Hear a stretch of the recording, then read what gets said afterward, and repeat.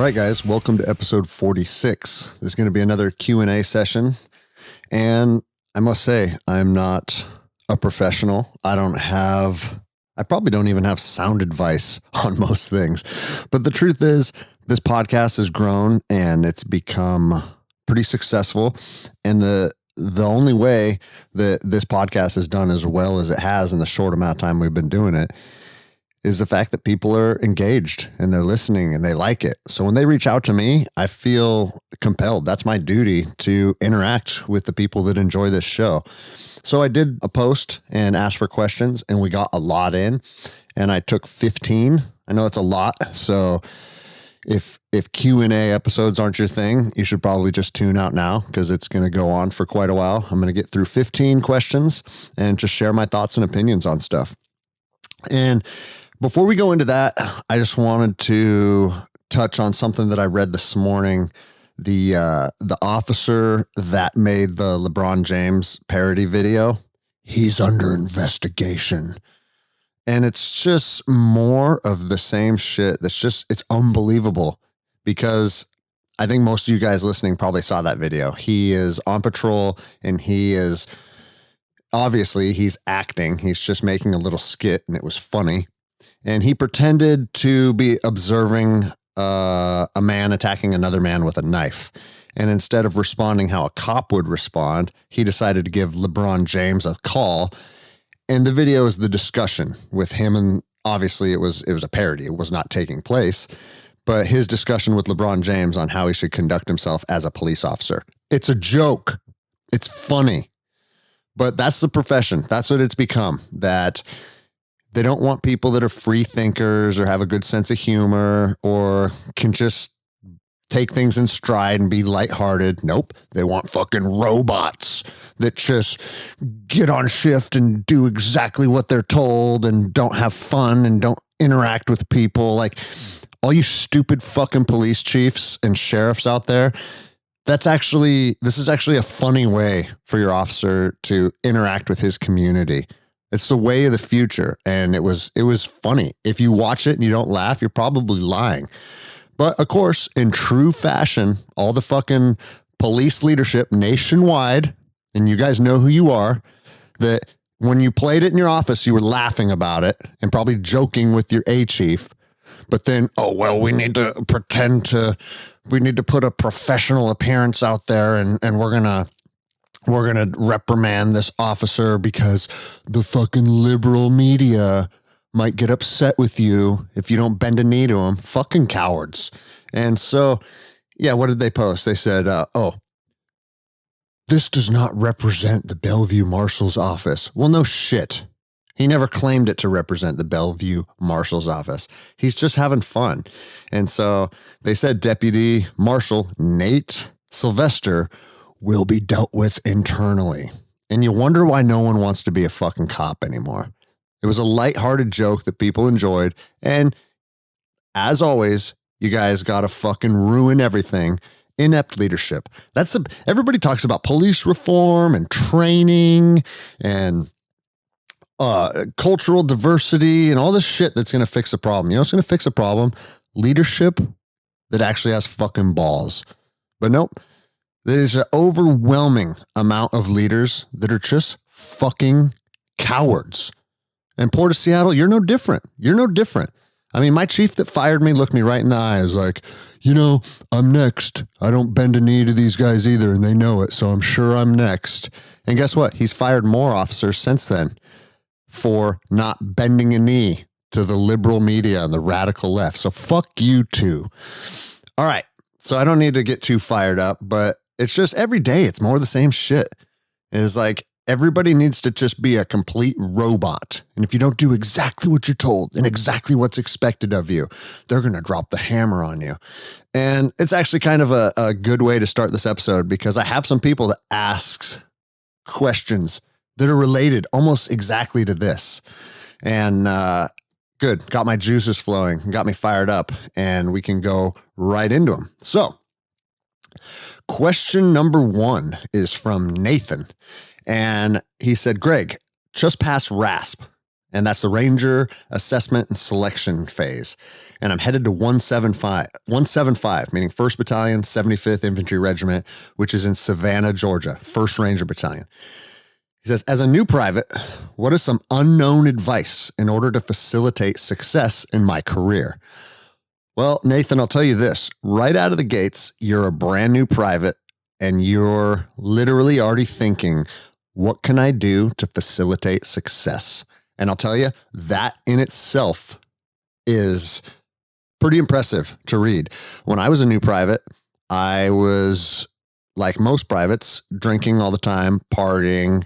And yeah, I mean, I took my Ranger career seriously because you kind of had to if you're going to be there. But I'm digging the fact that you're already thinking about how can I be a better Ranger? So I would say this to you. The fundamentals of being a Ranger are warfighting 101, shoot, move, and communicate, right? And obviously, if you're already headed to 175 and you've passed selection, they've already determined that your physical fitness is good enough, your land nav is good enough, your ability to follow instructions and mesh with a team, all those things are assessed during selection. And you're going to the regiment now. So the regiment has already determined, hey, this guy is a good enough guy to give a shot to. But just remember, your time in regiment as a private, it is always almost an ongoing selection. You can be RFS'd, released for standards at any time between now and getting a Ranger tab. And that can be if your PT standards drop, if your shooting you can't shoot well enough, if you have some kind of discipline issues or integrity issues. So you just got to you got to stay the course. You got to stay on the up and up, and you got to keep moving towards your next goal, which is going to Ranger school and getting a Ranger tab. Now, with that said, between now and then, if people listening don't understand how it works, once you get to Ranger Regiment, and Nathan said he's en route now as a new private, you are now deployable, and you are now ready to fill a combat role within the regiment. You could get to regiment and be deployed to Afghanistan a week later as a new private. And that's actually one of the reasons why RASP has been extended to an 8-week selection. When I went through, it was 3. So back when it was easy. But all the things about being a Ranger are pretty clear. You know the standards, you know the SOPs, you really know what's expected of you. So I would say this, the best way to have a successful career in the Ranger Regiment is be one of the guys. Build relationships, know your people. On the weekends, hang out with the guys. Go train with the guys. Do jujitsu. Go out to dinner. Go out, get beers together. Know the people that you're surrounded with in your platoon intimately. And build a strong relationship with those people.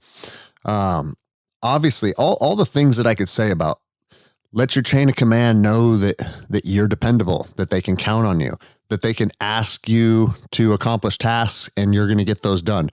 All those things are important, but I think all those things pretty much go without saying, right?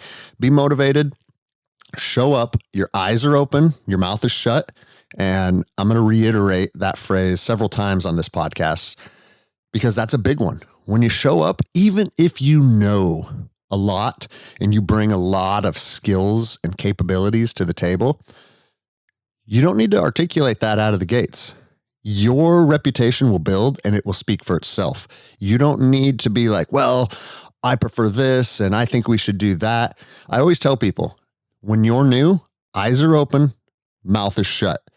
Unless, there's always a caveat, unless you see something that you perceive as a safety concern.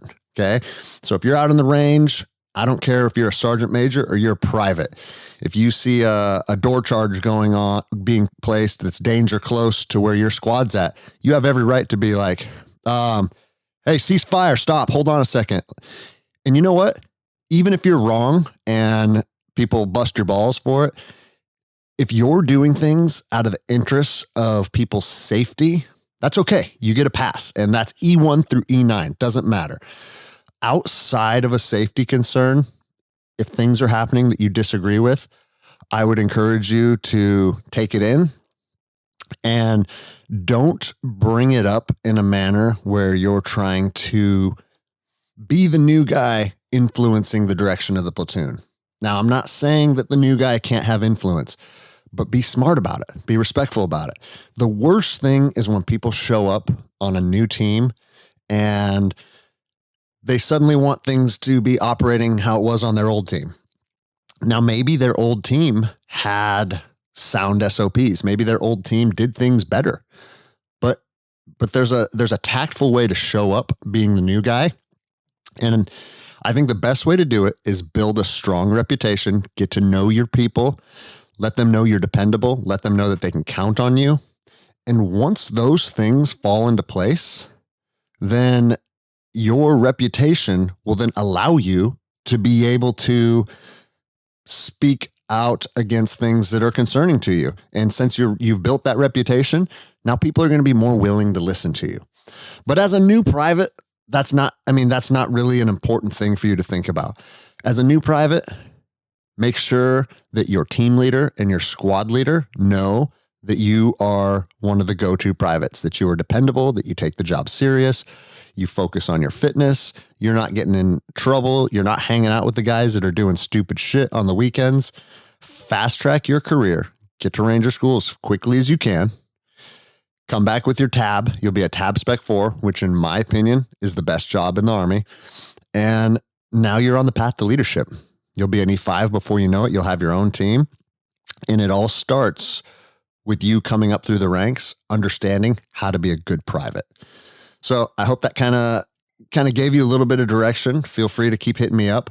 I enjoy interaction, especially with young Rangers, and best of luck to you. All right, question 2 from Robert. He said, I'm beginning to go in stores without a mask, and I'm curious how you handle Karens or store managers' employees that come up to you and try to make you put one on. I'm hoping to get some tips on how to deal with these psychos. Thanks in advance, and I love your podcast. So, Robert, I've discussed this a couple times. The conclusion that I have arrived at, and I kind of hate it because I don't want to wear a fucking mask. I think it's stupid. But if I am in a private establishment and somebody that represents that private establishment, i.e. Store manager or employee, if they say, hey, inside of this business, I need you to have a mask on, well, you really have 2 options. You have the option of being confrontational, or you have the option of leaving, right? I shouldn't say 2 options. You have 3, really.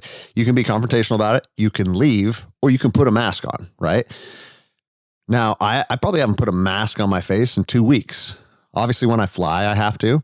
There's a couple stores that if I want to go into that store, I understand what they require. The thing that's frustrating about it is we all know the store doesn't care. The manager doesn't care. The employees don't even care. This is fucking becoming ridiculous. And everybody knows that we're just playing this game. We're going through charades, right? And so I understand your frustration in that because, I went to a bakery literally a week ago with my wife, and we walk in, and the thing that sucks, everything in life is about delivery, right? It wasn't, excuse me, guys, you got to have a mask on to be in our bakery. Okay, that would have been one thing. It's like, just short and bitchy. Where's your masks? I said, I don't have a mask. You can't be in here then. So I left as fast as I walked in. Fuck her, right? And so I'm voting with my dollar. But if she had said, excuse me, sir, do you guys have masks on? I'm like, oh, no, we don't. And she's like, well, it's a store policy. And if you don't have one, I'm not allowed to serve you. Okay, well, have a nice day. You know what I mean? It's just a different thing. So again, the conclusion I've come to is if a person is representing an establishment, I can respect their establishment and do what they're asking, or I can leave. I'm not going to get confrontational. And it's because I'm a business owner, right? There's 300 people that are members of my gym. And what I expect, the expectations that I set at my gym, if people don't want to follow them, then fucking leave, right? My facility is mask free. You can't train hard with a mask on.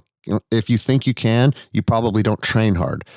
But with that said, inside of my walls, these are my rules, and we're doing very well because people are. I'm aligning with a lot of people out there and doing and running my business in a way that they think is correct. And people are voting with their dollar, and our gym has been very successful. But the other side of that is I would be very upset if people were coming into my business saying, "Hey, why aren't people putting masks on? You need to do this. You need to do that. It's dangerous. You're spreading the disease. You're this, you're that," right? I don't have time for that. Get the fuck out of my face. So this is how I feel in my gym, and these are my rules. If you like it, great. Let's join the team. If you don't, leave. And that is where I'm at with this. Just don't support the businesses that want to force you to put a mask on if it's an issue with you. But I don't think it's worth getting into an altercation with people over. Now, with that said, that mindset is towards businesses. I'm in somebody's business. I'm going to be respectful to them, or I'm going to leave. The thing that fucking gets to me, and it hasn't happened to me yet, and I'm almost mad about it, is random people on the streets confronting you about a mask. I had a buddy, Victor, who did a couple episodes ago, he was on the podcast. He sent me a video last night where a guy came up to him and goes, "Where's your fucking mask?" And he put the video, or he pulled his phone out and started recording this guy. And he's like, "Where's your mask at? Where's your mask at?" And just kept repeating it. And what that guy doesn't understand is Victor is an MMA fighter and a brown belt in jiu-jitsu, and he would fucking murder you if he chose to. Shut the fuck up. Mind your own goddamn business. And so I'm waiting for the person to confront me that is not part of a business, is not part of an establishment. It's just a person on the street. And I think you handle it like this. You have 2 seconds to get the fuck out of my face. If you're aggressive to me one more fucking time, you're going to lose teeth. And they will. That's where I'm at on this. Like, shut the fuck up and mind your own business. Like, I don't see people on the street with or without a mask on that I have no connection to, no business addressing, and start to give them my opinion on stuff. You start to give people your opinion on stuff, especially in a confrontational and violent manner, guess what? You get what's coming to you. And maybe it's because of my ears, or maybe it's just how I carry myself, but I haven't had anyone come up to me and talk shit to me yet. So when that happens and I smash somebody's face in, I will take a picture and I'll post it on my Instagram. But the thing that sucks is then the cops are going to come after me. And I just see that going fucking downhill for everybody, because why should I get put in a cage because some idiot is in my face telling me how to live my life and I smack the shit out of them? So yeah, weird times we're in. Weird times where people are getting all upset over what you have wrapped around your fucking face. And here's the thing. It's the same as the vaccine. If you think masks work, wear your mask. And you should be good, right? If you don't think they work and you don't want to wear a mask, don't wear a mask. This stuff seems like common sense, but common sense seems to have been long lost. So, question 3 from Hunter. Hey, Greg. When you were a Ranger, did you ever work with the Air Force Special Operations guys, such as PJs, TACPs, or CCTs? Thank you, and I love your podcast. Yeah. When I was in 2nd Battalion, we actually had a TACP assigned to our platoon who wore our uniform, lived with us, deployed with us. And a TACP is a Tactical Air Control Party. And what they are is they are experts in calling fire missions from supporting aircraft. I think everybody in the special operations community is trained on calling for fire and fire support missions, but people fuck up a lot too. Because you got to think of calling for fire like this. This is my grid, meaning this is where I'm at, and this is the enemy's grid, this is where they're at. And you paint a picture where you're at, where the enemy's at, and call in some type of ordinance on them. Well, we're human beings and we fuck up. So as you can imagine, if you call the grids in backwards, the bomb's going to be dropped on you. If the person in the aircraft interprets them backwards, the bomb could get dropped on you. So there's things like you do mark your location, mark the target location with like an IR laser. There's different things you can do, but TACPs are the best at that. That is what they do. That is their bread and butter. And so, yeah, they integrated them with us all the time. As far as PJs go, when I was active duty, I never worked with the PJs. The PJs are very specific to rescue missions, meaning shit has to go real bad for PJs to be on scene. And I've been very open about my experience as a ranger. I saw hardly any combat as a ranger. And I saw a lot later on in my career working with different teams. But when I was with the regiment, it was just luck of the draw or unluck of the draw, because I wanted to mix it up like all young rangers do. But I worked with some PJs in the contracting world. And I got to tell you, one guy in particularly, when I was on his team for, I think about 6 or 8 months in Baghdad, super stud. And I'm going to allow one person that I became close with who was a PJ to kind of paint a picture for the community, which may not be authentic, but this dude was good at everything. He had a good attitude, and he used to tell me stories about PJ selection. When he started, there was 107 guys. They graduated 7. That's it. So they lost 100 through the pipeline. No other special operations selection process has that high of attrition rate, not even the unit. So the thing about PJs, they have to be very intelligent because they're dealing with medical stuff. They also have to be super fit. They're really, really good athletes. They're good in the water, good runners. And so when you start putting extremely difficult mental and physical requirements, you're only going to get the best of the best. So my experience, PJs are fucking awesome. All right, on to question 4 from Wes. How do you de-stress when you can't make it to BJJ, or when BJJ just isn't 100% cutting it? So I have a lot of things that I do to kind of get my mind right. I've been very open about my mental health and things that I've struggled with in the past. And it's almost to the point where I now understand when I'm going the wrong direction, when things don't feel right, when I need a reset. And jiu-jitsu is one of those tools that I can literally be like, okay, I'm in a funk today. I don't really know why. I don't understand why I feel this way. But at 6 o'clock, I'm going to get some hard rounds in. And when I get home at 8 p.m., I'm going to be good to go and I'm going to be reset. And I'm telling you, it fucking works like clockwork.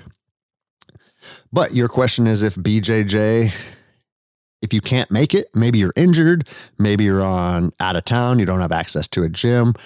I do a lot of different things, and I call it microdosing adversity, because I think a lot of our depression that we feel as human beings is rooted in not going through enough adversity and facing hardship.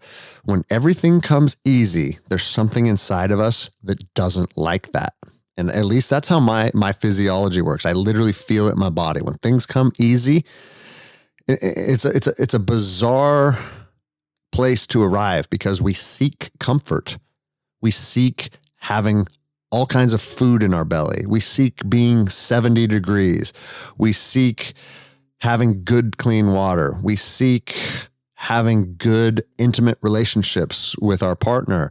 And all the things that we seek feel good. But the truth is, sometimes going through shit that doesn't feel good, stuff that actually feels shitty, is what makes us better.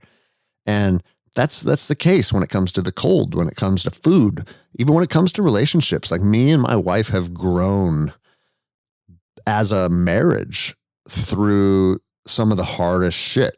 So the more challenges that you face, sometimes you come out on the other end better. And so I call it microdosing adversity. I find ways to make me feel uncomfortable. I primarily do that with my sauna, with fitness, with jujitsu, and with my ice tub. And anytime I dedicate, and it doesn't even, like, the amount of time is kind of a moot point. It's just, I'm going to go put myself in a situation where I have to kind of reset. I can sit in my ice bath for 3 minutes. And when I get out, when you get out of that freezing water, you're going to feel good because your body on a physiological level is like, okay, I made it. I didn't die. Because when you're sitting in there, your body thinks it's dying. Anytime through history you fall into freezing water, it's a bad day. And so, but more than just the physical, something that I've really been coming to terms with lately is building my tribe and surrounding myself with the right kind of people, healthy people. You know, like when you get together with all your friends and you're sitting around a campfire having some beers, are the conversations, and I'm not saying they should be necessarily enjoyable, but are they serving you guys or are they just toxic? Are you guys just bouncing around toxicity and venting about the shit that sucks and not growing and not arriving at a better place when you're done?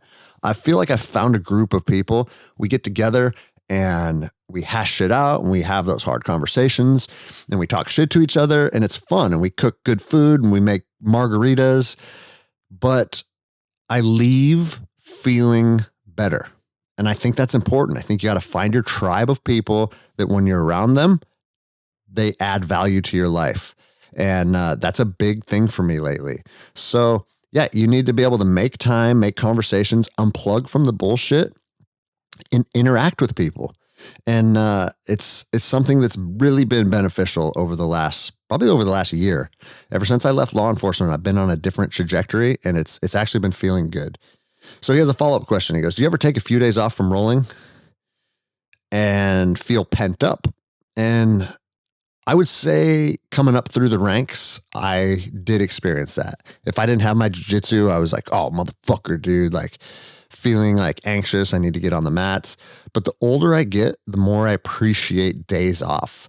And it's obviously from a physical standpoint, I'm 40 now. I'm not old, but in jiu-jitsu years, I'm a fucking old man. Like things hurt more and I just have to listen to my body. And that means taking days off and not having jiu-jitsu is that direct outlet that I used to have. So I understand the necessity of jiu-jitsu, but try and not be dependent on it. It's not a drug. You know, it's like there's pluses and minuses to any substance or any activity that you need to rely on as kind of your mental reset tool. But like anything in life, you put all your eggs in one basket. And now if for some reason that's not available, it's going to have negative consequences. So yeah, like I said, the older I get, the more I appreciate taking time away from the mats. And so if you can't roll and you're feeling pent up, understand that, identify that, and try and come up with a different solution. And, it's just like I always say, if you're a cop and you surround yourself with cops and everything's cop, well, before you know it, you're in a pretty miserable existence. The same can be said with anything. Diversify your friends, diversify your activities. As much as I love jiu-jitsu, have some different things that you do. You know, I've had a lot of time to myself lately since we got that property, and I go out there and I weed whack or I chainsaw and I fucking just, I'm out, I'm alone. It's obviously when the equipment's turned off, the only thing I can hear is the river. And that environment in itself is kind of like a reset for me. So you got to find what works for you. All right, question 5 from John. All right. I'm currently 1 month into a hiatus from jiu-jitsu because of our team, which shares the mats with a judo club. It has been taken over by the head sensei under the pretense of wanting to improve our stand-up techniques, while we are left at best with 30 to 40 minutes to drill, learn, and spar. As a result, my ground game has declined significantly, and our stand-up hasn't improved either, which has left the team demoralized and caused rifts. And so how I am interpreting this is it sounds like your jiu-jitsu academy has a judo guy kind of running the show now. And if I'm interpreting that correctly, then I would say this: nothing lasts forever. right? It doesn't matter if it's a relationship, your gym, even us. It's a journey with a finite amount of time. Changes happen, coaches move on. Your gym needs to serve you, right? You're giving your time. It's your outlet. Your money's being spent. And the reality of it is if you find that your gym is not serving your needs anymore, it might be time to move on. Loyalty is a good thing, and that's good in relationships, and that's good with your in regards to you as a student at a gym. But don't be loyal to a fault. Don't be loyal to the point that it causes it feeds into your own detriment. You have to be a student at a facility that you enjoy the vibe. I always talk about that. And I'm going to talk about it more today because people ask more jiu-jitsu questions. You got to have the vibe, right? You got to walk in through those doors and feel like, regardless if you're excited for training or if you're feeling beat down, when you walk through the doors of your gym, it should feel like home. You should be greeted by people that mean something to you. Your time that you spend there should not be something that is wasted. I always tell people your commitment to your jiu-jitsu academy is what you have committed to yourself to unplug from the daily bullshit, from driving your kids to and from school, from making lunches, from working all day to commuting and filing reports and all the bullshit that you get stuck with in the 9 to 5. When you get to your gym, all that stuff should cease.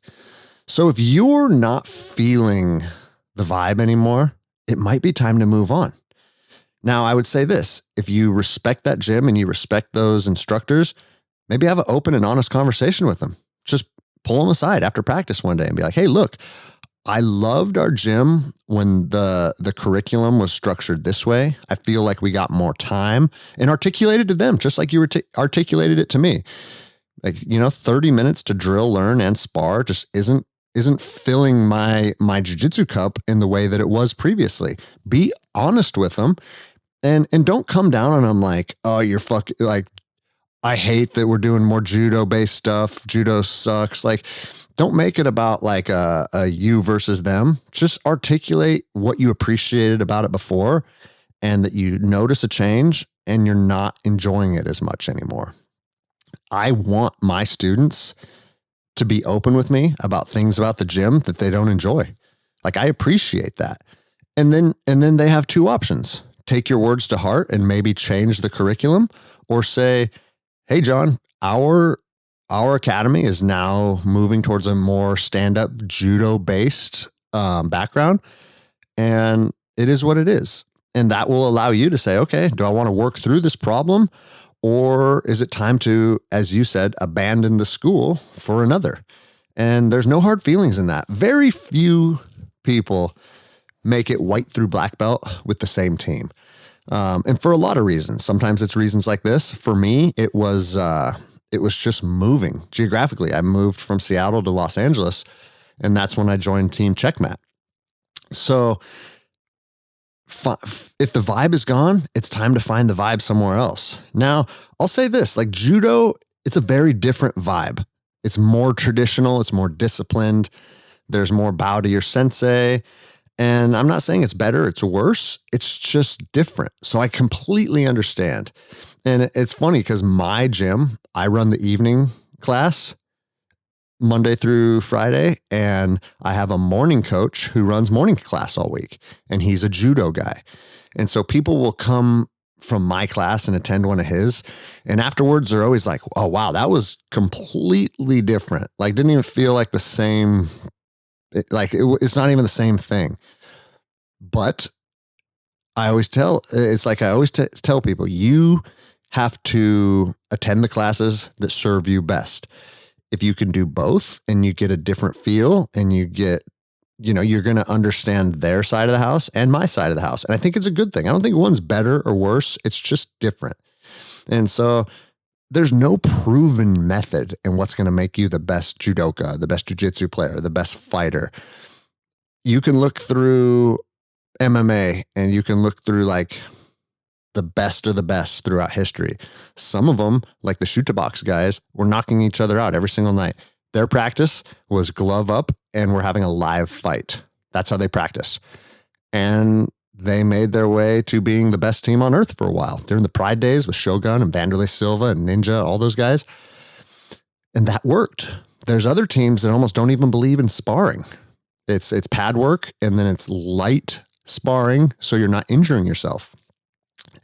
So at the end of the day, you got to figure out what you want out of the gym and if they're serving you in a manner that you think is going to take you where you want to go. And sometimes that means finding a new gym. There's no shame in that. So best of luck. Question 6 from Eli. This is my favorite question of the day. He says, I'm a senior in high school and I live in Olympia, Washington. My question is, what advice do you have for someone looking to get into jiu-jitsu? Now, it's a pretty basic question, but this is what I love about it. Thanks for all you do and being a voice through all this COVID bullshit.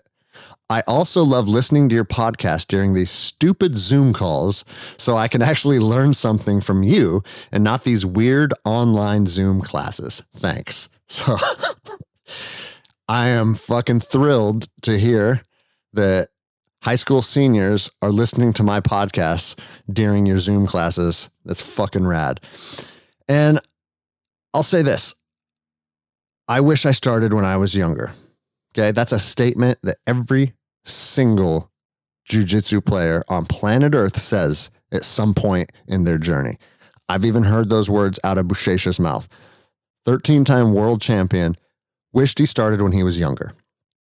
The reason I say that is if jiu-jitsu is going to be part of your life, if you already know this is something you want to pursue and something you want to be part of, start today. The time is now. And you're still a young man, but you're not getting any younger either. You're the youngest you're ever going to be right now. And so it's the same answer I give people all the time when they're inquiring about jiu-jitsu academies. And I'll kind of piggyback on the last question. Do your research on local academies. Try several, right? Most academies have a free week or a couple trial classes. Find the one that you feel like is your home. The vibe should be almost immediate. When you walk through the door and you shake the professor's hand, you should know almost immediately, like, if this guy seems to be a likable person. Is the gym clean? Are the other members introducing themselves and welcoming you to practice? All the little things should be an indicator of how that guy carries his gym. My gym, everybody's friends first and we're training partners second. Very often, I don't get out of there for over an hour after we shut practice down because everybody's talking, everybody's, bouncing ideas off each other. And you're building a family as much as you're building jiu-jitsu guys. And so the vibe should be immediately apparent, but then also look into like their contracts, their cancellation policies. And, are they respectful? Are they kind? And are they treating you with that same kind of respect that you feel you deserve? If you ever show up, and this is an interesting topic because I'm now running the Guns and Geese camp too with Joao and Greg Lappin. When people show up to train and they're paying you money to do so, that demands respect. That person said to you, listen, I looked into you, I researched you. I believe that you can add value to my life for whatever reason that may be, tactics or jiu-jitsu. And now, because I've made that decision that you can add value to my life, I've showed up. I'm going to give you some of my hard-earned money. And more importantly, I'm going to give you my time. Again, time is finite. That's the most valuable commodity. If people are willing to give you their time, you better fucking respect that. So any type of tactical instructor or jiu-jitsu coach, if they're hard on people or they're mean to people or they speak down to them or, hey, hurry the fuck up. What do you do? Like all that kind of stuff. If you want to act like that, go be a fucking military drill instructor. It's, there's an environment where that kind of energy perhaps is best suited When I was an NCO in the military, I didn't buy into that. I treated my guys with respect. But especially in the private sector, make sure they treat you the way you deserve to be treated. It's funny because me and Lappin and Joao, we talked about this going into our Guns and Geese camp. Is like, hey, these people flew from all over the country to spend 3 days with us. I need to make sure that those people feel like we appreciate their time and their commitment to be with us for those 3 days. And then, so yeah, no bullshit, no talking down to people, no screaming, no hurry up, none of that stuff. And I heard Mike Glover say it the other day. He's like, hey, when you attend one of my courses, you're going to get nothing but respect from me. You're going to get honesty, and I'm going to tell you what's on my mind. And if you're doing something that I think is incorrect, like he's going to articulate that to you, but it's all going to come from respect. And I think it needs to be the same in any type of like private entity. In the world of law enforcement, in the military, a lot of people treat each other poorly because they get a pass to do so. Oh, well, I'm the instructor on the range today. I've been appointed this position. And if I think that you're doing something that's silly, then I'm going to berate you in front of everyone and make you feel stupid. Well, I can tell you this from a coaching perspective, when you make someone feel stupid, they're probably not going to be in the mindset to learn the best, right? And so build your people up and then teach them. And you'll be shocked at how much more effective that is. I don't even know why this is something that we have to articulate. Now, with that said, obviously, if someone's doing something dangerous again, or doing something completely out of line, there's a time to come down on people. But I feel like if I was going to have to come down on someone, it's probably best if they just aren't part of my gym anymore. And so, yeah, a lot to think about. But the easiest thing for you to do right now, Eli, open Google, find a handful of gyms, and make a couple appointments, get a gi, and start training, and then find your home. All right. So question 7 from Matt is a 3-part question. So I'm going to give my answers in sequential order as I go through these 3 questions. If you had a magic wand, what training standards would you mandate for all police officers? These standards can involve legal knowledge, physical requirements, shooting requirements, defensive tactic requirements, etc. And while I am a absolute proponent for knowing how to use your tools and knowing how to do your job, having the knowledge, like you said, the legal knowledge requirements and the shooting requirements, I think you need all that stuff. If you don't have all that stuff, goodbye. I honestly think that I don't know what the right answer is because I don't know if the numbers would even work if you required physical fitness standards, shooting standards, and especially defensive tactics requirements. And if you fell below that, you're gone. So in the Ranger Regiment, again, it's called RFS, Release for Standards. If you drop below the written standard, you get one chance at a retry because everybody has a bad day. You might have been sick. You might have had a fight with the wife. Who knows, right? But you come to work that day and you're not the best version of yourself. And they understand that. So if you fail a requirement, they'll reschedule it for, I think it was like 2 weeks later. It's not like the next morning. You got to go do your PT test. And if you fail the second one, now there's a good chance you're going to get kicked out of the regiment. I think the same thing should apply for police officers. Your job is to serve and protect the public, but you want to be 300 pounds of chewed bubblegum. You can't get over a 6-foot fence. If you can't climb a fence, you shouldn't be allowed to be a cop.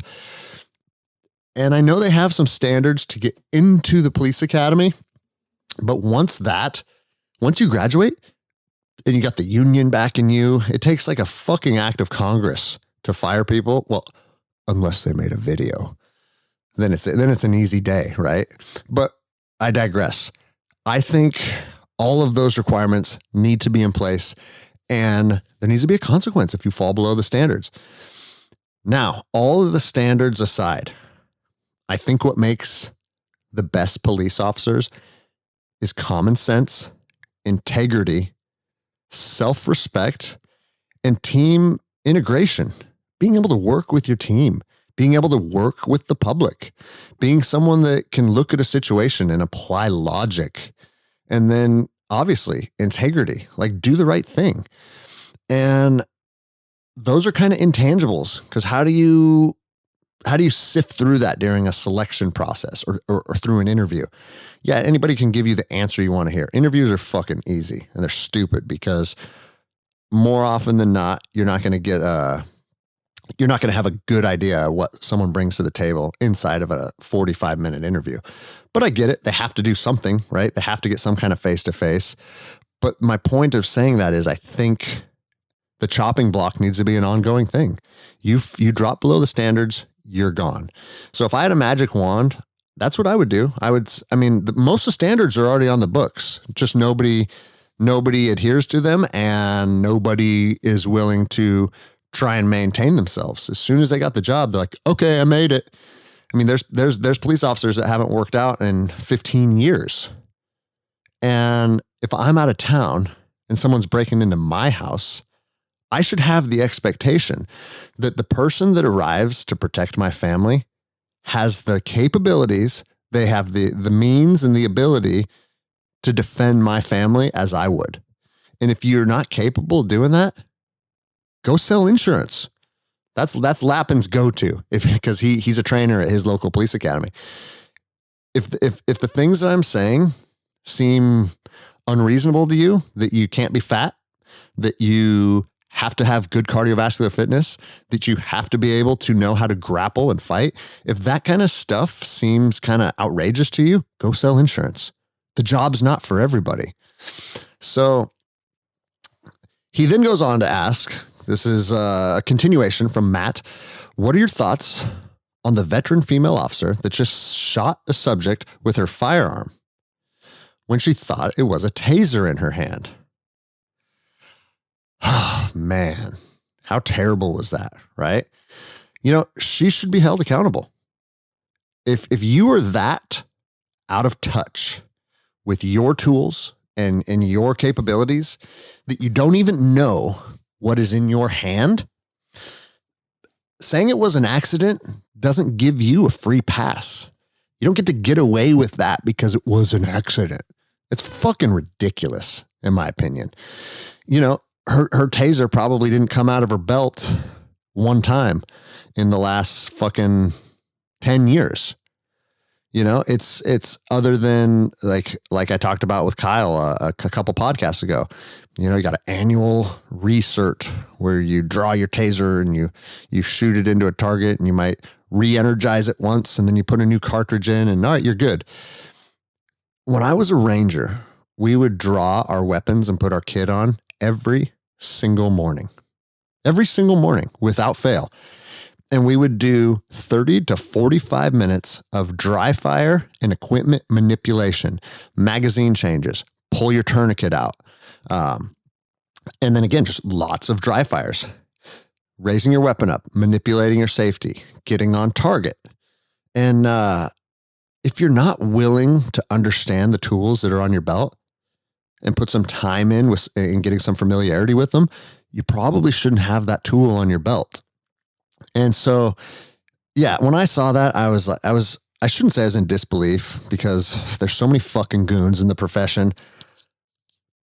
But to hold a fucking Glock to somebody, shoot and kill them, and then be like, I think her exact words were, "Oh my God, I just shot him." Are you fucking joking me? So she'll probably get charged. I won't have any sympathy for her, because if you want to conduct yourself like a fucking idiot, then guess what? You get what you get. But there's always a but, right? Me and being honest, I say the things that everybody are thinking, but very few people will say. And this is the part of the conversation that always gets left out. The suspect was not complying. He was resisting, and he was trying to flee. And so that guy would still be alive today if he would have just accepted the fact that he had a warrant for his arrest. He was already detained, just not cuffed. He was already detained, but he wanted to play stupid games. And sometimes stupid games win stupid prizes. And in this case, you got shot and killed. So equally on the other side of the house, I have no fucking sympathy for that young man. You're not going to see me post his picture and say, oh, we need reform. Fuck you. You know, fuck you too. You go out there, and if you have a fucking warrant for, I don't know what his warrant's for, so I can't even speak to that. But I'm going to guess that he probably wasn't a fucking shining example of what a citizen should be. And so you want to be stupid and you want to fucking be confrontational. Sometimes dumb shit happens to you. So goodbye. Now, I want to say, shooting a fleeing suspect. He wasn't trying to, it didn't appear that he was trying to attack the police officers or run them over. And it'll be interesting to see how this plays out. If they try and articulate, well, he was about to run us over or something. I don't think they can, I don't think they can claim any of that stuff, because it was pretty clear that it was an accident. And so, you know, intentional versus accident, it's not a defense. It's not a legal defense. Like, if I run somebody over in a crosswalk because I was looking at Instagram instead of watching the fucking road, I didn't kill that person on purpose. It was an accident, right? Well, yeah, it was an accident, but it was also negligent because I was being a fucking idiot. And so I think she'll burn for this. But my point in bringing up the fleeing suspect is, you can shoot fleeing suspects. You can absolutely kill a person that's trying to get away from you as a cop if you can articulate that their escape creates an imminent danger to society. And a perfect example of that is an active shooter, right? If I'm a police officer and I am responding to an active shooter incident in a mall, let's say there's a guy that's killed 6 people, right? And I come around a corner and I'm able to tackle him. And I'm fighting with him and I almost have him in custody. And then he's able to work his way back to his feet and starts running away from me. I can shoot him right in the back and be legally justified in doing so, because he has already proven that he is a danger to society. And he has already proven that by him not being in custody, the likelihood of imminent danger to continue and his propensity to continue to commit violence is likely. Boom, can fucking shoot that guy all day. And then I'd go have a sandwich afterwards and pat myself on the back. All right, so Matt's last question. He says, thoughts on the continued demonization of law enforcement by this country's politicians. Do you feel the pendulum will swing back in our favor at some point? At this point, I'm worried that the world is too far gone for the pendulum to swing back in the favor of police officers. And man, I wish I had a crystal ball and could tell you how this all sorts itself out, but it's a weird time we're in. And there's always an ebb and flow. And I talked about that from fucking day one of my first video, is that there's always an ebb and flow with the relationship between the public and the profession of law enforcement. But this ebb has been happening to a more extreme degree than I think we've ever seen before. And it's something that I also have to say, I don't know if we can recover from that. There's a part of me that thinks it's going to take a great reset. And what will that look like? Time will tell. But the radicals have too much say in how we operate in reality. You know, as a police officer or as a soldier or as a business owner, all of these people that don't have any experience in all those kinds of things, they want to have their voices heard and they want to put their 2 cents in, and they think they have ideas, but their ideas aren't rooted in any experience and they're not rooted in any reality. I watched a video the other day where a reporter was going around, and it was the day of the Chauvin verdict that was going to be read. And this guy was going around, I think he was in Minneapolis somewhere, And he's like, hey, if he's found not guilty, what's going to happen? They're like, we're going to burn the streets. We're going to burn buildings down. Hopefully we can kill some white people. And it's like, what? What are you fucking talking about? Like, there's a percentage of our society that is so far out of touch with reality that I don't think that there's a logical or reasonable way to come to an agreement. If you think that random white people need to get killed because if Derek Chauvin were to be found innocent, your head's so far up your own ass, there's no hope for you. So what do we do with that? And there's a large percentage of our society that is just fucking entitled fucking people with no experience, that have no background in any type of like I said, policing, military, business. They had no value to society.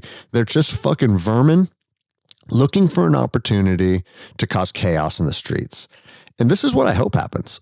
I hope we reach a point where these people, and this isn't a race thing. This isn't a fucking an income-based thing. Like it's just a person thing. If you're a shitty person that seizes opportunity to do shitty things to people, you deserve a fucking bullet. And I think maybe that's what it's going to take to reset. You know, like I actually don't understand how a lot of people didn't die during the riots. I don't understand. If anyone came to my gym with a Molotov cocktail, they'd be fucking dead.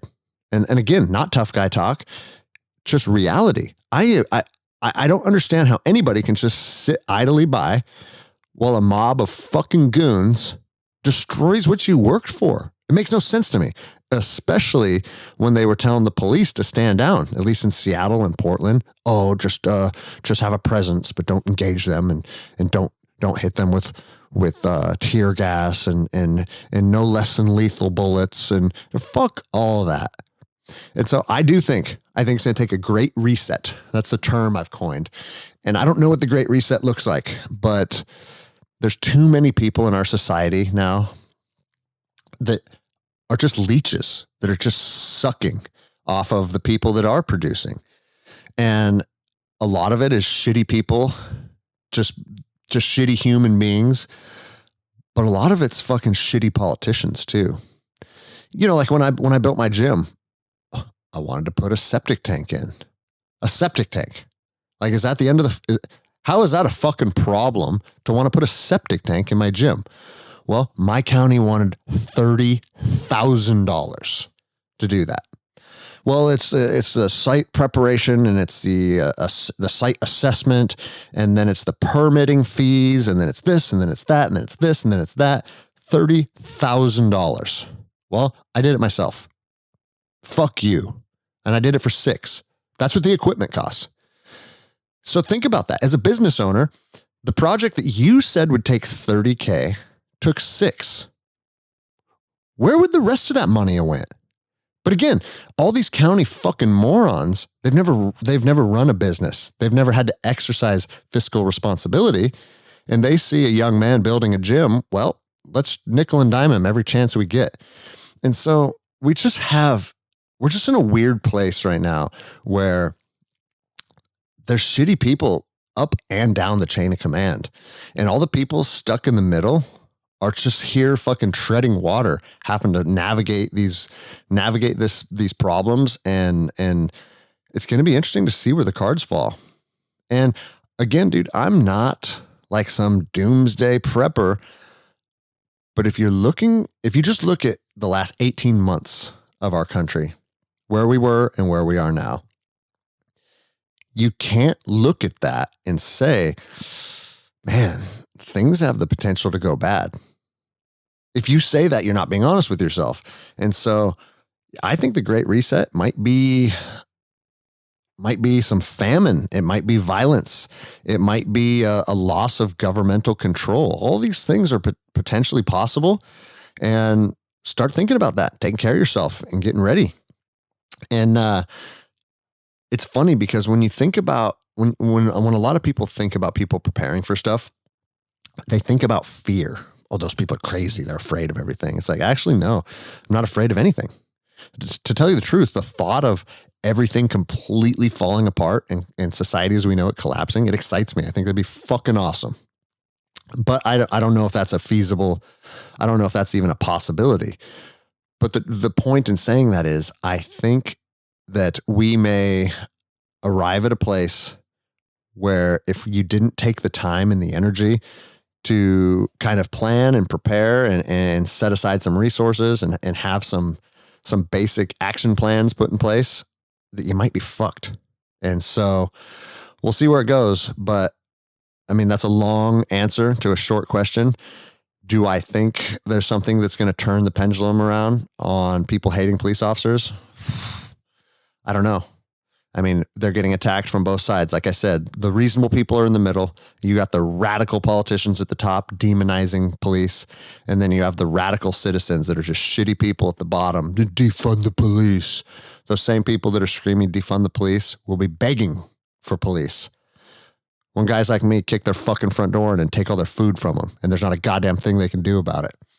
So on to next question from Andrew from South Carolina. Let's see here. He says, I heard you when you had BJ Baldwin on, and I gave it a listen. I'm in the process of becoming a state game warden. I had a major car accident in college, delayed my entry into law enforcement. This accident changed my life. I went from being the best shape of my life, college baseball player, to sitting on the couch for 3 years with severe nerve damage. During this time, I lost my tribe. We were all super active, and I couldn't keep up. And I also moved about an hour away from my hometown with my family. It was a major adjustment, and they were dark times with depression. So he goes on, gives a little more detail about himself. But he says, my question for the Q&A is, how can I best serve my department as the rookie officer? I don't want to make any negative waves with my higher up. Obviously, show up every day, do what's expected. But what are some basic tips for a rookie officer, the do's and don'ts, especially during FTO and shortly after? Good question. I find it interesting that you said, what can I do to not make waves with my higher up? That's actually very simple. Don't piss those people off. But if you're put in a situation where your integrity is on the line and you have to do what you think is morally and ethically correct, maybe you will. But I wouldn't freak out about that, because you don't need to put a lot of energy into maybes and what ifs. I would say this: make a name for yourself. Be dependable, be hardworking, be courageous. Again, eyes open, mouth shut analogy, and play the game. Okay. There's a difference between playing the game and kissing people's asses. I've never kissed anyone's ass in my adult life. But at the other side of the coin is you do have to play the game. When I'm the new guy and I'm on FTO and I have a senior officer riding right front, watching everything I do, watching my traffic stops, watching me interact with the public, watching me just go about my day-to-day activities as a patrol officer, if he gives me advice, guess what I'm going to do? Roger that, sir. Thank you. And I got a perfect example of that. When I was FTO, and this was in 2017, a new officer at the Port of Seattle, I had an FTO who never did anything in his life outside of being a police officer for the Port of Seattle. And I'm not saying this disparagingly, because he's a nice guy. I'm not, and if this gets back to him, I'm not saying anything bad about this person. What I'm saying is, when it comes to tactics and tactical experience, I have 15 million times more experience than he ever will.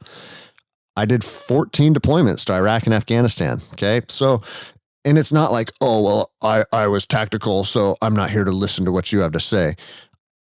I'll listen to what you have to say. And if it's good, I'll take it. But if you're just being an idiot, then I'm going to just roger that, sir.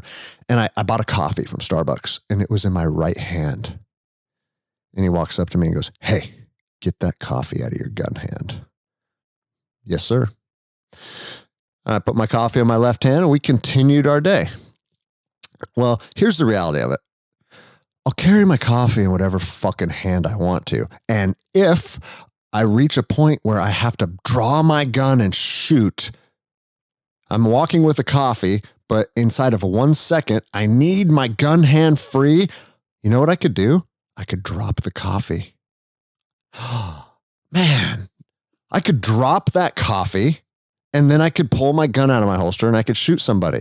And if I'm in a scenario where I'm justified to kill a human being, I don't think anyone's going to care about a coffee stain on the ground. But my point to that story is all that stuff went through my head and I looked at him and said, Roger that. And I switched it to my left hand. Is that me kissing his ass? No, that's me playing the game. If I want to be a police officer with this department, I have to pass a phase called FTO. We actually called it PTO, but it's the same thing. And if you want to be an officer, or in your case, you want to be a game warden, you got to play that game, right? So make good relationships with people that are your peers, your FTOs, and your chain of command. Make friends with them professionally, obviously, but with your higher ups, engage them when you see them, bounce ideas off them, get to know them. And obviously, I'm not saying like bypass chain of command. I'm not saying when you see your chief say, hey, chief, my sergeant said to do this, but I was wondering if I could do that. No, nothing like that. Just get to know them. Ask questions that are reasonable questions, and then they're going to learn quickly. Oh, this officer is he's open to communication, and he likes to talk to us, and he likes to know people, and he likes relationships. I had a commander who I would sit in his office, and we would talk about stuff all the time. We'd talk about leadership, and I'd tell him about books that I read that I thought were good for leadership, and I had a good relationship with him. He actually fought for me. He didn't want to see me get fired, so I appreciate it. But the difference between patrol work and being a warden, and I've never been a game warden, so I'm kind of just speaking from my perception, from what I've seen, you're going to be doing a lot of solo time. Like you're not on a beat with other cops walking around. You're going out in the woods and you're going out there and you're going to be doing a lot of things on your own. You're also going to be doing a lot of things on your own with people that have firearms. So it's a very different dynamic than most patrol work. And I would just say, use your time to know your community. Build relationships with the people. Go to the hunting and fishing places and talk to people. Go to the areas where people are hunting and fishing, and don't always approach them from I'm the game warden. Let me see your license. Open your bucket up. How many fish do you have in it? Like, I understand that's a part of your job and you'll be doing that to a certain extent, but build capital with the community by interacting with those people. And, on a personal level, when I was on patrol, because I'm a fisherman, I enjoy fishing. I used to go to the piers in Seattle and talk to the people that were out fishing or crabbing off the pier. And it was funny because they would almost always be like defensive when I was walking up. And I would open the conversation with, hey guys, I'm not here to fucking check your limit or talk to you about your license. I literally want to know how fishing is because I'm a fisherman. And when I'm off duty, maybe I'll come down and throw a line. And then they would start to talk to me. And I would recommend you do that. Your reputation will precede itself. And then you build capital with the community. They know, okay, game warden so-and-so is a good guy. He has a good heart. He has our best interests in mind. And he's literally doing this because he believes in preservation and the environment and all the reasons why you should be doing it, right? That way, when you do have to come down on people or you do have to do the things that I was just speaking of, it's not like, oh, what's this cocksucker doing? No, it's like he's doing his job. And so know your community and just be the warden they're excited to see, not the one that they're like, oh shit, it's him again. All right, question 9 from Anonymous. Hey, Greg, big fan of the podcast. I might contribute an anonymous question if you have time. I work in law enforcement up in Canada. I'm sure you're aware of some of the restrictions businesses and people are experiencing up here. I have been lucky to avoid laying any charges, but as you know, in law enforcement, there are always expectations from your superiors. I know the majority of officers I work with don't fully support or don't fully endorse the legislation which they are enforcing, and would rather lay charges than voice concerns. I can't blame anyone for doing this. It's their reputation and their means of income on the line, but I've struggled with this. How do you reconcile being a public service servant, enforcing legislation, and let's see. Also, what are your comments on and opinions on Canada's current predicament? And so I would say this, Anonymous, you have to stand up for what you perceive to be morally and ethically correct, period. Period. It doesn't matter if you think you're bending the rules 1% or 100% and marching people into Auschwitz, right? Because then there's also everything in between there. And I hate the slippery slope analogy, but it's kind of applicable here because if you're doing things as a police officer that you don't perceive to be the correct thing to do, then why are you doing it? You can't do it. You have a moral obligation to your citizens to not do it. And if you're the first to do it, just look at my story. They're going to fucking weed you out, especially in Canada. They are radical up there. But I would say you're morally and ethically bound to do what you perceive to be the right thing. Influence your coworkers as well. Because like you said, most of them don't agree with what's going on up here. But are most of them standing up against it? No. How many videos have we seen coming out of Canada where people are like, what are you doing? You're the Gestapo.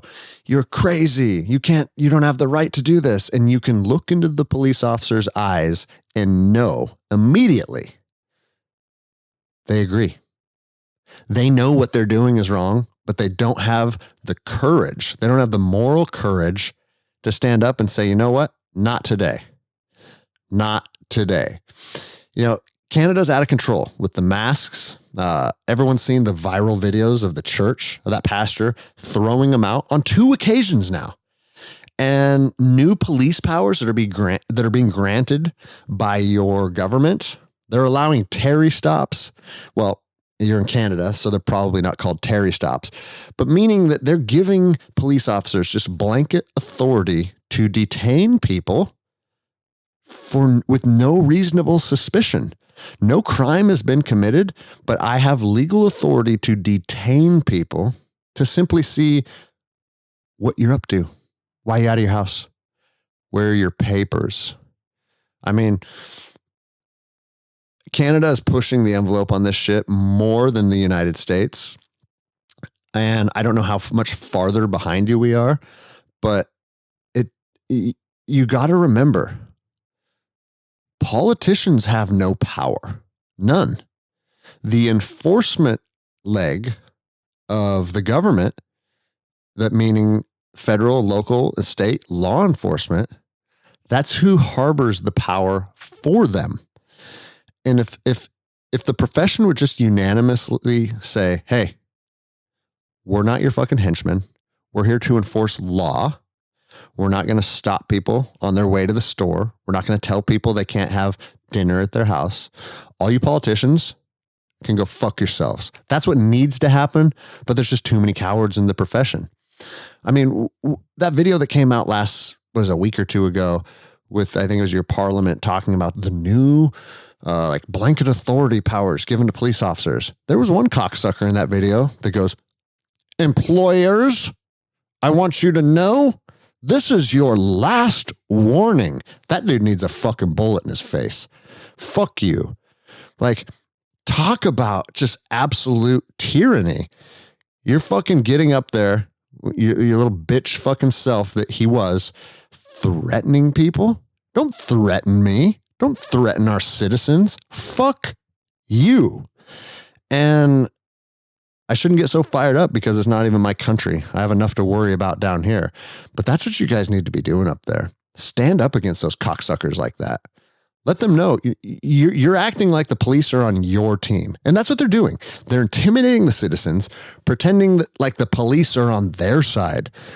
Police have new authorities to do this. Police have new authorities to do that. No? You know what? The police are going to do what's morally and ethically correct, and we're not going to partake in your radical agenda, so fuck yourselves. And I think it was Ontario PD that like stood against that right away. And I was proud. Good on them. because too many people in positions of power are just, and I don't even know why. Why are people intimidated by politicians? It's the stupidest fucking thing that I've ever witnessed. They've never ran a business. They've never been in the military. They've never served as a public servant, a first responder. Like, they bring no experience or value to the table, but we're intimidated by them. It's the most bizarre thing that I've ever seen. Now, there are some that do bring vast experience, like Dan Crenshaw, but that's the exception. That's not the rule. You got a bunch of goons that have never done shit, and we're supposed to just bend a knee to them and not speak out against them and not defy them. Defy them. Be defiant. If you're not willing to be defiant, you're going to be a slave. And like, fucking Canada is literally enslaving people, telling you can't leave your house. It's just fucking bizarre. So I think you are obligated as a police officer up there to stand against it and rally other cops to stand against it. Try and change the trajectory.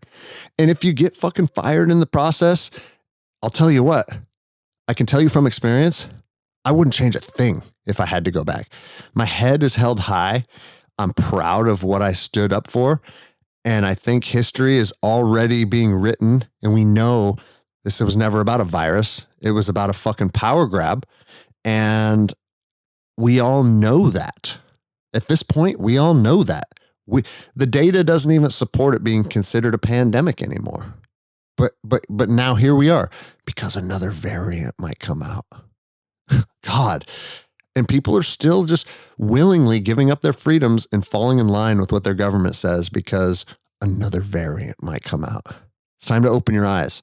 And if some leadership would have the courage to stand up and say, we're not part of this, we're not on your team, and cancel culture is a real thing, they're going to try and wisp you away and put you on leave and shut you up as fast as they can. But at the end of the day, when all this blows over, if you stood for the right thing, you're going to be able to hold your head high. And I'll tell you this also, I felt a literal, I've talked about this on the show before, I felt a literal and physical weight lifted off of me when I walked away from that profession. You don't realize, and this is for every single cop out there listening, you do not realize how heavy a burden it is to do the job until you walk away. You can literally breathe better. It's bizarre, but I recommend everybody tries it. So on to question 10 from Nathan. I'm trying to decide whether to focus my limited finance on getting a home gym set up or getting back into martial arts. Which would you recommend first and why? Well, if you have limited finances and you want to either build a gym for working out or you want to join a martial arts gym, I would say this. If you know that martial arts is something that's important to you, dedicate your money to that cause, because you can get as fit as you want to with a pair of running shoes, the earth, and gravity. And so you don't need to spend a bunch of money to get fit. Burpees, push-ups, pull-ups, sprints, long runs. If you did those handful of things on a regular basis, you could be a super athlete. And then you could put the financial efforts towards a martial arts academy. So he said, if martial arts, I'm deciding between going back to a striking-based system or BJJ. I know you have a strong bias towards BJJ. My striking is limited at best, but I've been out of the game for a few years. What are your thoughts? Thank you for your time. So this is an age-old question, striker versus grappler, right? I'm never going to tell someone that jujitsu is better than Muay Thai or that jujitsu is better than boxing. I will tell police officers that, because your job is to put your hands on someone and then manipulate their body into a handcuffed position. So I think police officers need to learn jujitsu. Everyday person looking to just defend themselves, Muay Thai, it's going to be hard to argue that Jiu-Jitsu is more effective than Muay Thai for self-defense. And it just depends on what level you get to. Like the ability to violently end an encounter with a head kick or a tie clinch with knees to the face, like super, super effective martial arts. But I always say this. There's 4 real arts, in my opinion: wrestling, jiu-jitsu, Muay Thai, boxing. And I'll add judo to that too, because judo is it's trained at a real pace. And in my opinion, that's what separates the real arts from the bullshit arts, is when you glove up and you put your mouthpiece in and we slap and bump and we're going, you may not be trying to kill each other, but in a sparring session, you're trying to win a fight. You're trying to win a fight. And in order to win a fight, you need to be able to cut angles. You need to be able to out scramble. I need to be able to get my body in the proper position in relation to your body to be offensive. And it doesn't matter if it's looking for a choke or looking for a right cross. I need to set those things up. You can't learn to set those things up unless you spar, period. So with that in mind, I think everybody should have at least a baseline understanding in both. You should be able to strike. You should be able to grapple. And I geeked out on striking for maybe 3 or 4 years. I did a lot of boxing and a lot of Muay Thai. But for me, I started getting headaches all the time.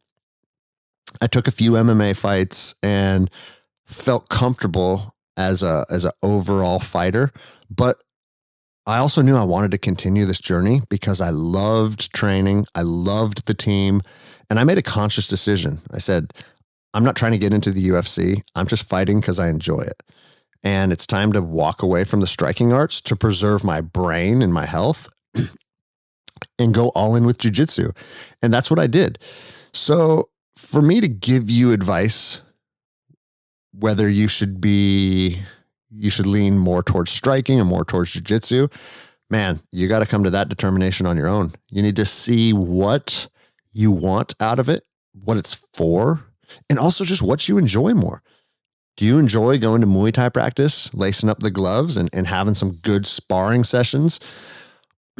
Or do you like to put your gi on and go down that path? And nobody can answer that question but you. But I also think that it's good to have a little bit of a foundation in both. And so regardless of what you choose right now, maybe when finances allow or time allows, dabble in the other and get a little bit of a well-rounded base. And then I'll tell you this, by doing that, it's really going to show you what you love and what art you should really put all of your focus in and what's going to become your main focus. So with that said, we are on to question 12 from Mike.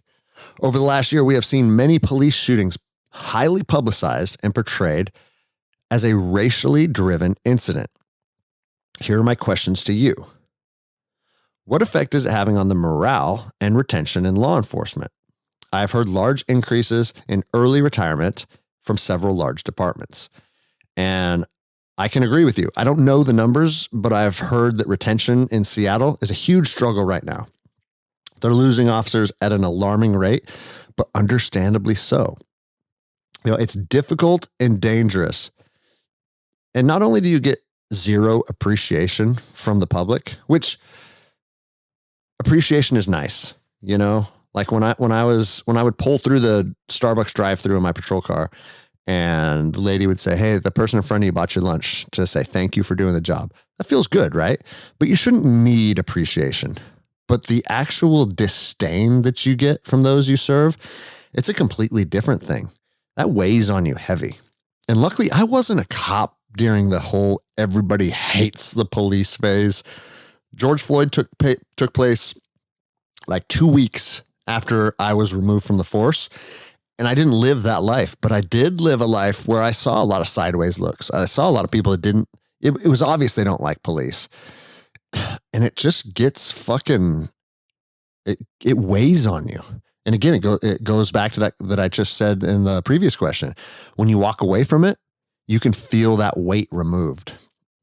And so, yeah, what effect is that having on the department? I think it's having a tremendous effect. And morale is going to continue to plummet. And you're going to be left with officers that are either disgruntled or officers that don't want to be there but just didn't have the courage to walk away. And good luck with a police force that's composed of those types of people. He said, do you see the federal government effectively federalizing policing? So, or through so much oversight and red tape? Is that what it will become? And the feds mess everything up, in my opinion. If they attempt to have a federal standard, I think it'll just cause more issues because policing needs to be modified based on location, population, crime statistics, demographics, and on, right? It's not a one-size-fits-all approach. So I don't know if we're going to be able to have any type of federal oversight because I don't think it's a realistic approach. But not only is it not realistic, it's the feds are fucking goons. Like I don't know what they would implement in hopes of making the police force better. Oh, well, this much mandated training and this much this and this much that. And it's a lot of kicking the can down the road, and I don't think it's going to make the profession stronger. What percentage of officers will quit? Will the quality of the average officer left be effective? That's kind of a strange question because I don't know. I mean, I don't even know where to begin. It's going to depend on a lot of things. How much worse does it get?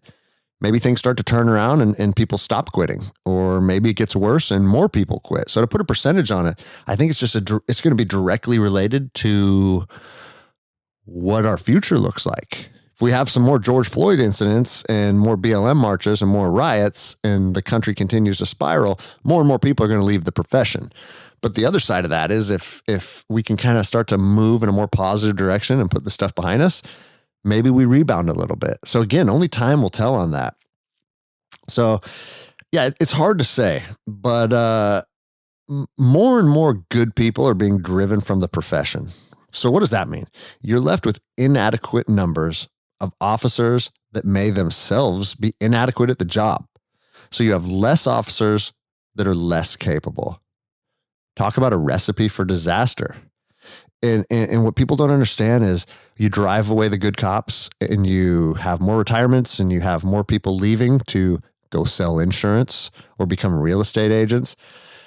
What they don't realize is you are actually increasing the chances of police misconduct because you have less capable people on the streets.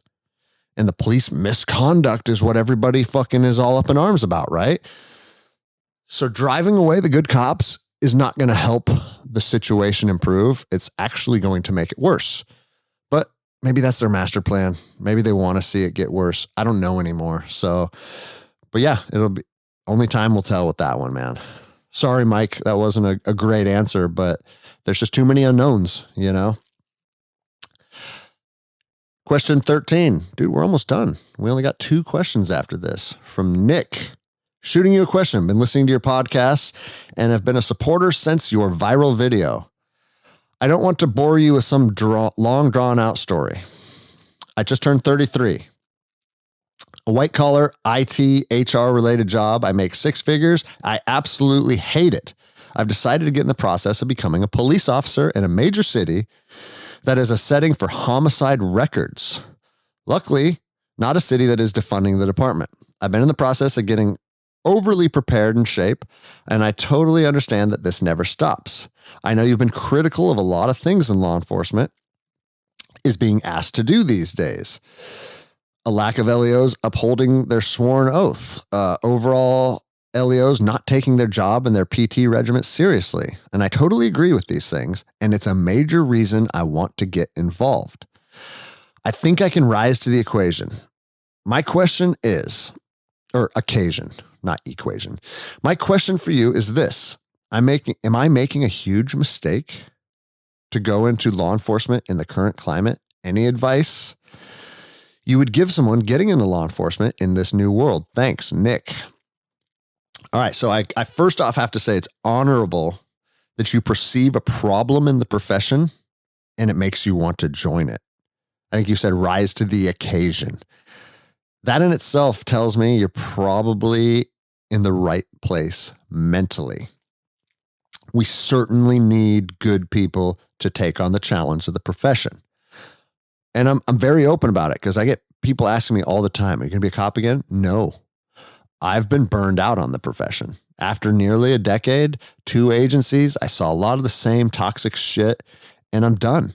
I am now building a future that is based on me and my family, and I'm building my own businesses, and I don't want to be part of the government anymore. But I am 40, and I've been part of the government since I was 18, and I think everything runs its course, and this has ran its course with me. Now, I would tell you this. If your email said that you were happy in your current career field, I would caution you. But you actually, in fact, used the word hate. And I say it, I say it all the time. Try something new. If you hate what you're doing, try something new. So remember, this is our one life. I've changed careers a lot. And again, I was with the government almost the entire time, but I went from being a ranger to being a contractor for the State Department to being a deputy U.S. Marshal to being a police officer, because life is supposed to be a journey. You got to remember that. It's not a prison sentence from 9 to 5 every day that you hate. Again, I've said it a couple times on today's show, but the most finite resource that you have is your time. If you're ever wishing for your days to just vanish and be over with, it's a clue that it's time for something new. And I used to sit on patrol, and our shifts were 12 and a half hours, 5 a.m. to 5:30 p.m. And the night shift was 5 p.m. to 5:30 a.m. So we had a half hour of overlap between the 2 shifts. And I remember thinking, sitting in my car, like 5:30 in the morning, I've been on shift for a half an hour. If I could just push this button and there'd be a flash and now it'd be 5:30 p.m. and I'd be clocking out, I would push that button every fucking day. I used to think about, man, I wish I could just make these 12 hours disappear. Think about how fucking toxic that is, that the most finite resource that you have on planet Earth is your time. But you're doing something with your time that you don't enjoy to the point where you wish you could just delete it. It's a fucking bad place to be. And it might not seem that big of a deal because a lot of people go to work and do things that they don't want to do. But again, this is your one life. If you don't like what you're doing, you are obligated to fucking change it. And so I'll tell you, if you're not happy with what you're doing, it's time to try something new. Don't be a slave to your paycheck. Now, with that said, I'm going to tell you the truth about being a police officer. I think every cop I know that's been in the profession for over a decade is burned out, especially over the last year. Everybody's fed up with it. It's hard. I don't think that being a police officer is a 20-year career. I think it's unreasonable to ask someone to put that vest on and do the job every day for 20 years, especially with the challenges of the current times. But I would tell you this, if you hate where you're at, it's time to try something different. And if you think that you're a good fit for the profession, go do it. Go do it. Be a good cop. We need good cops. And if you want to give 5, 7, 8, 10 years to that, then do that. But if it ever reaches a point where you feel the same about the profession of law enforcement that you felt in your current profession, you can walk away again. It's okay. You don't owe anyone anything. You need to enjoy the journey you're on. And as soon as you are not enjoying it, step off that train and get on a different one. And so based on your short email, I think you have a good mindset to be a police officer. I think you could be a good cop. Go give it a try. And you know what else? you can always go back to what you were doing. Maybe not in the same office, maybe not the same company, but you obviously have a skill set if you're very successful in that industry. So that's not going anywhere either, right?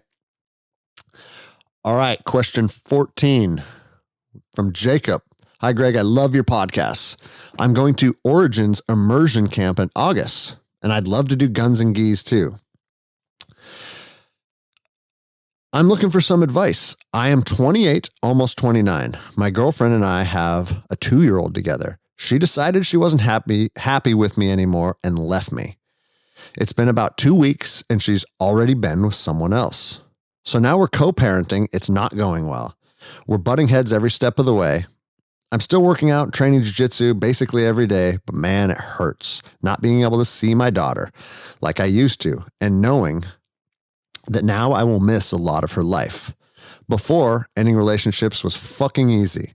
Simply not talking to the person anymore and moving the fuck on. Now I have to deal with that person.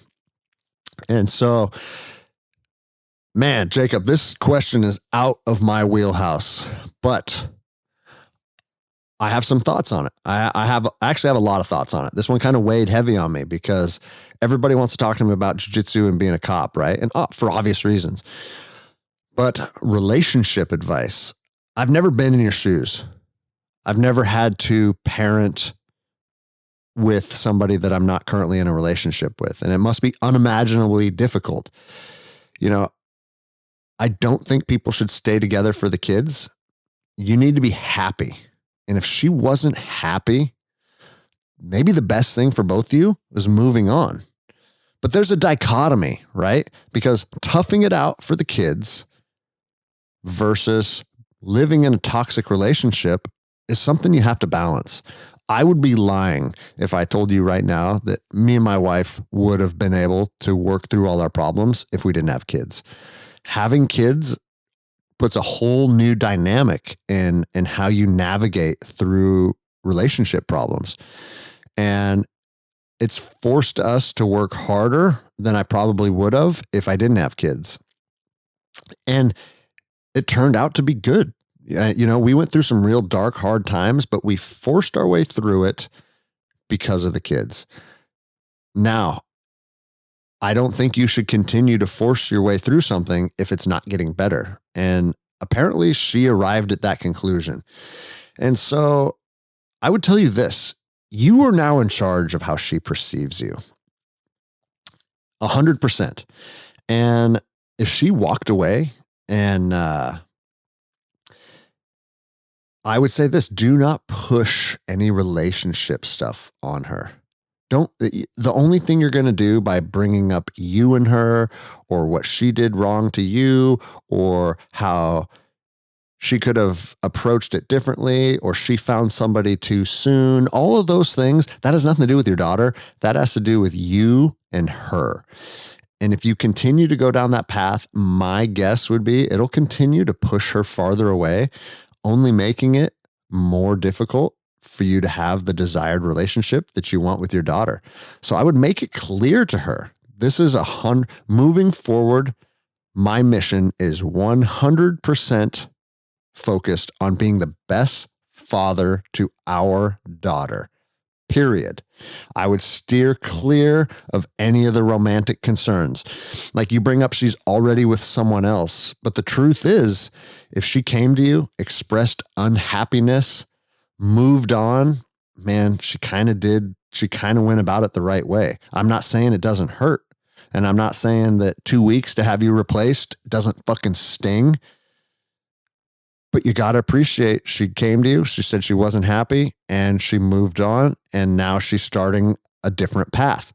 And at least she wasn't being deceitful and fucking cheating on you and moving behind your back and doing a bunch of nefarious shit.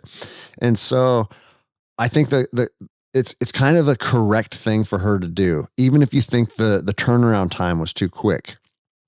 And so make it clear to her, it's not about you and her anymore. It's about your daughter. And do not continue to go down the path of you and her, because I think it's going to continuously make the relationship with your daughter harder. I would also say come at her from a place of kindness and understanding. And even if in the back of your mind, there's something telling you wish you could hit her in the head with a hammer, like give her a little bit of grace in this situation. And not because it's her, fuck her, right? If she's a bitch, then fuck her. But for you and your daughter, you have to create, now it's up to you to create an environment where your daughter gets to have a healthy relationship with her and a healthy relationship with you.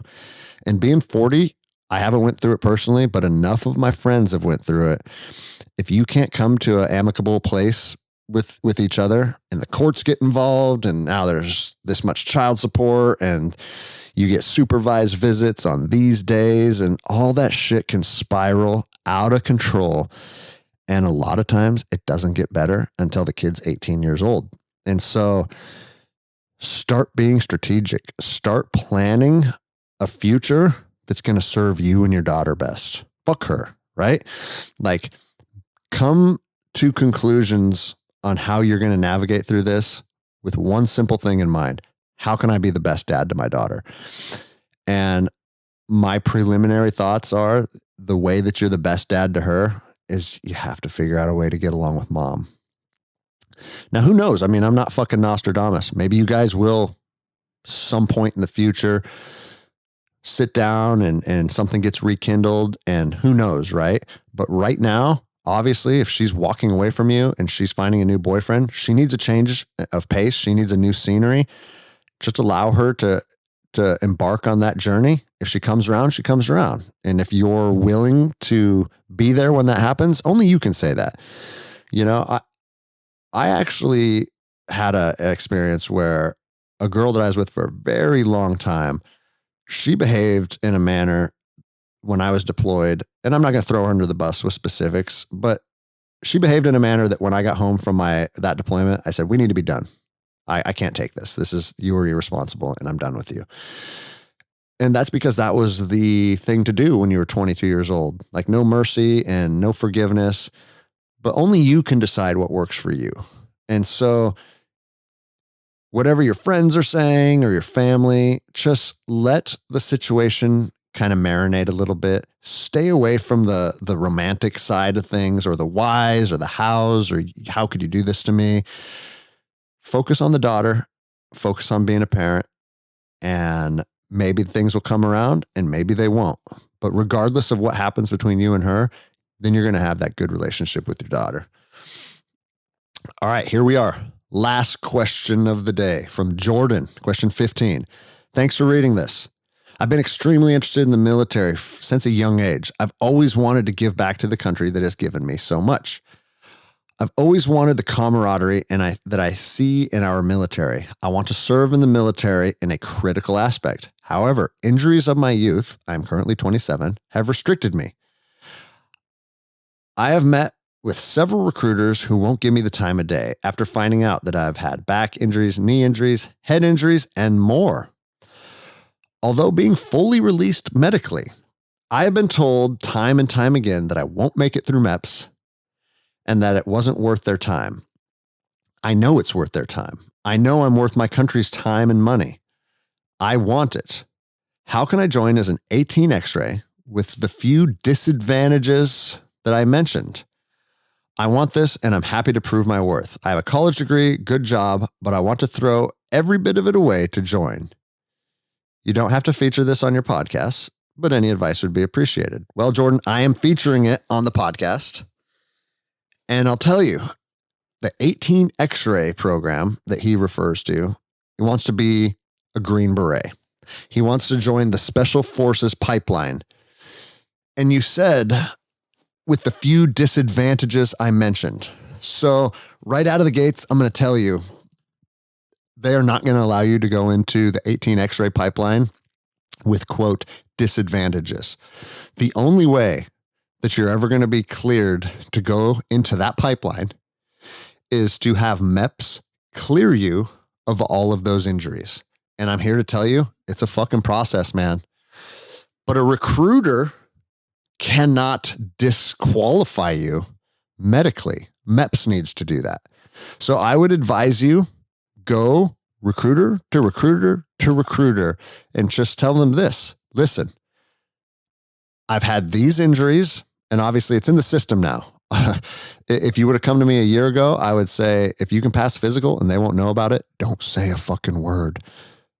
MEPS is not some psychic medical records holding facility. They only know what you tell them. Okay. But it sounds like you've already told them. So once it's documented and it's in their system, it's in their system. So now the only way that you're going to ever be able to join the 18 X-ray pipeline is by being cleared medically through MEPS. If you have a bunch of pins in you and you have like lasting injuries that they cannot clear you from, the reality of it is you will not be joining the Army. And I feel your pain here. I don't talk about this often, but when I left after the Ranger Regiment, I became a warrant officer and I went to flight school for the Army in Fort Rucker, Alabama. And I wanted to go from rangering to aviation because one of my favorite aspects of being a ranger was flying around in Black Hawk helicopters. It's fucking rad. And so I went through that process. I got selected. I attended the warrant officer course. I was in flight school and I hemorrhaged my retina doing CrossFit. And they dropped me from the program. They said an injury to your eye when you are in aviation is a deal breaker. You're dropped. I'd never failed anything in my life before. And so I was pretty bummed about it, right? So I got medically out processed in the Army. I went to the VA and they did an assessment and they said, your retina has resolved the injury and you're 100% healed. So with that in mind and that documentation, I went right back to MEPS and I said, hey, I'm good now. Let me back in. MEPS doesn't give a shit what the VA says. They're their own entity. And they did an assessment of my retina and they found scarring on it. And they said, nope, the risk of re-injury is too great. You will not be a helicopter pilot. And that was that. And that was in 2008, I believe. And so I didn't get to chase my dream because life threw a curveball at me. I did get to do a lot in the military. I got to do some cool stuff and I'm proud of that. But life is what it is and it doesn't always go your way. And you may have to take your life in a new direction. It sounds like you want to prove your worth. You want to do something difficult. You want to serve. You want to give back. And maybe you have to find a new way to do that is outside of the military. So my advice is this: find the recruiter that'll get you to MEPS.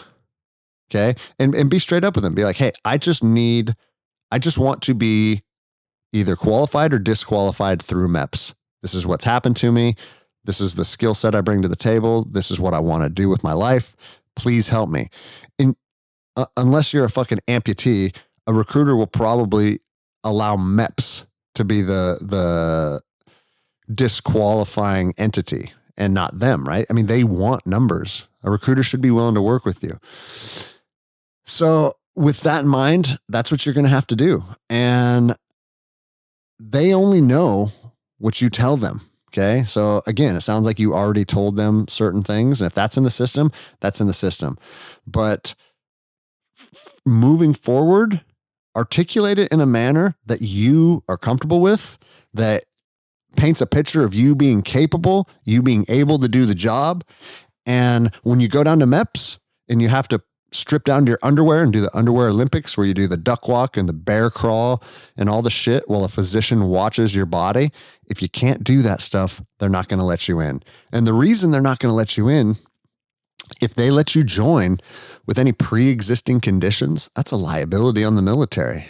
So as frustrating as it is, you got to understand why they're doing what they're doing and keep fighting and see if they're able to give you just a shot at MEPS to see if it works. But if it doesn't, man, it's time to find a new journey. You're 27. So you're reaching that age where going into the military, in my opinion, that option is rapidly approaching its expiration date. You don't want to be the new guy at 32 years old. I think once you're through your 20s, the military dream is probably run its course. So also go to other branches too. I know they're not going to have 18 X-ray with other branches, but if you're a high-speed dude, you're super fit and you're motivated, maybe the Air Force will give you a shot. Maybe the Navy will give you a shot. Even though you have to go through the same process at MEPS, sometimes recruiters will have a different means of getting you there. The last thing I'll say is this. I knew a guy who got hit by a train when he was a kid, and it cut his foot off. Man, I believe his name was Captain Yancey. It's been 20 years since I was 17 since I was a Ranger. Same thing. He had a dream of being a Ranger. Nope, can't do it. Nope, can't do it. Nope, can't do it. We're not taking a guy with half a foot. And he was never able to enter the military through the traditional process. So he went through a ROTC program, and he went through that route and became an officer. And by the time that he was done with all his training and the Army had invested so much time moving him into an active duty capacity, they realized, oh shit, he's missing half a foot, but he's already shown his capabilities over the last 4 years in the academy. And he got commissioned and he got to be an Army Ranger with half a foot. So if there's a will, there's a way. And keep me posted, man. I would love to hear about how you circumnavigated the system and got to be a Special Forces operator. All right, that's it for today. 15 questions. Damn, 2 hours. Appreciate it. Like I always say, every 10 episodes or so, I like to do one of these, interact with you guys.